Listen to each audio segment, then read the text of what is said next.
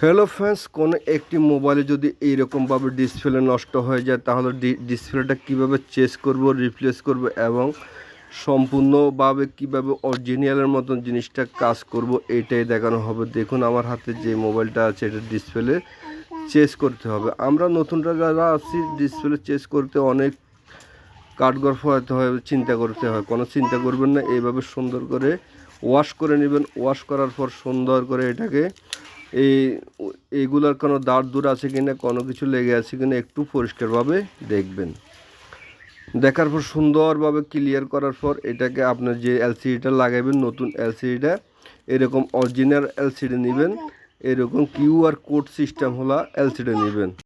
সব সময় চিন্তা করবেন যে ভালো এলসিডি লাগানোর জন্য। তারপরে এইভাবে চেকিং করবেন। সর্বপ্রথম চেকিং করেন ছাড়া কোনো একটি এলসিডি লাগাবেন না, কারণ যদি চেকিং করেন ছাড়া এলসিডি লাগান তাহলে আপনার এলসিডিটা খারাপ হতে পারে, টাচের কাজ না করতে পারে, এরপরে কানেক্টারের সমস্যা হতে পারে।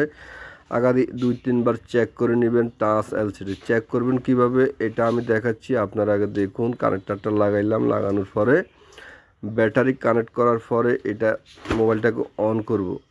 মোবাইলটা যেহেতু চার্জ কম, আগে আমি চার্জ দিয়ে নিচ্ছি। চার্জারটা ঢুকিয়ে দিলাম। এটা হলো J2 কোর।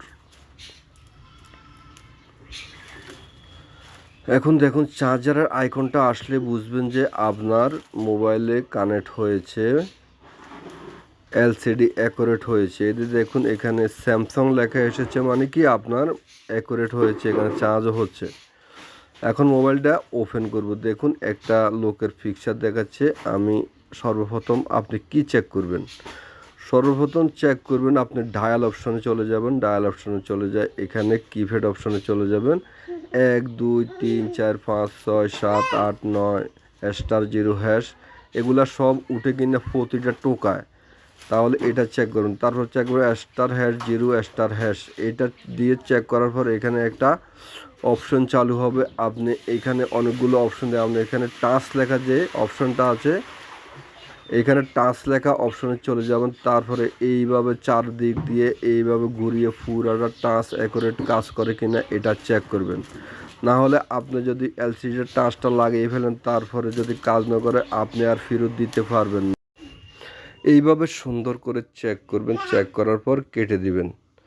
কেটে দেওয়ার পর আপনি এখন উপর দিক থেকে নিচের দিকে নামাবেন। নামিয়ে দেখবেন আলো বাড়ে কমে কিনা। আলো বাড়েন অনেক সময় দেখা যায় নতুন এলসিডি লাগালে ডিসপ্লের আলো এবং কমানো এবং বাড়ানো যায় না।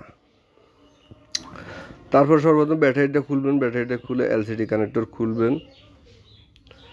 এইভাবে এলসিডি কানেক্টর খুলে এটা সূক্ষ্ম মেজাজে এটাকে এক পাশে রাখবেন।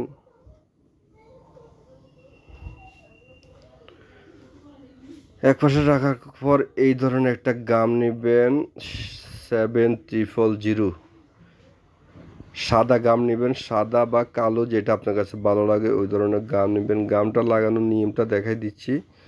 আপনার গামটা নেওয়ার পর অ্যাকুরেটভাবে 4 ফাঁস অ্যাকুরেট, বেশি গাম দিবেন না, বেশি দিলেও এলসিডি নষ্ট হয়ে যাবে, কম দিলে এলসিডি খুলে যাবে। মিডিয়ামভাবে আপনি গাম দিবেন, কারণ হচ্ছে মিডিয়ামভাবে গাম না দিলে 4 পাশে সুন্দর করে অ্যাকুরেটভাবে গাম দেবেন। একদিকে বেশি একদিকে কম এই ধরনের কোনো গাম দেবেন না, কারণ এই ধরনের গাম দিলে আপনার এলসিডির ভিতরে গাম ঢুকে গিয়ে তাহলে সমস্যা হবে কি এলসিডির ভিতরে সাদা র্যাশ পড়ে যাবে, তাহলে কাস্টমার বুঝবে যে এলসিডিটা পুরান লাগাইছেন। এই কারণে চারোদিক দিয়ে অ্যাকুরেটভাবে চিকন করে গাম দিবেন।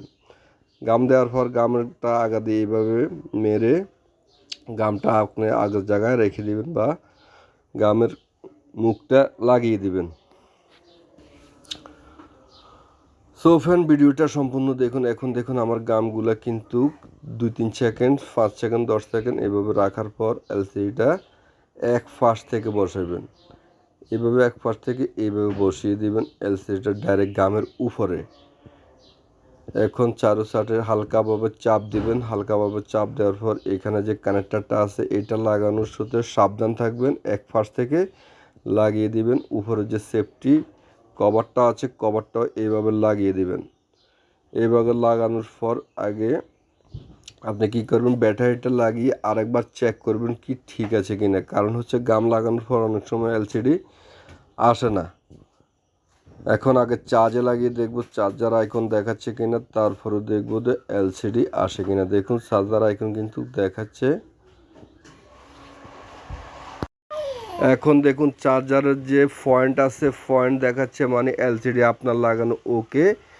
তখন এইভাবে কভারটা লাগাবেন, কভারটা লাগিয়ে এখন আপনি কি করবেন, এখানে সেফটির জন্য এখানে আমরা রবার ব্যবহার করতে পারি। কারণ হচ্ছে যদি এলসিডিটা লাড়াছাড়া খায় উপরের দিকে না উঠে যায়, তাহলে এখানে সেফটির জন্য এই ধরনের টাকা আটকানোর রবার দিয়ে আপনি এটাকে 2 ঘন্টার জন্যে এইভাবে ফেঁসিয়ে শক্ত করে টাইট করে দিবেন। 3টা 4টা 5টা রবার লাগাবেন, কোনো সমস্যা নাই, যেহেতু এলসিডিটা অ্যাকুরেট অরিজিনাল এলসিডি। এখানে বেশি লাগবে না, কারণ এলসিডিটা কভারের ভিতরে সেটিং হয়েছে। এইভাবে কমপ্লিট করুন। সো ফ্রেন্ড, ভিডিওটা যদি ভালো লাগে উপকারে আসে পেজটাকে ফলো দিন।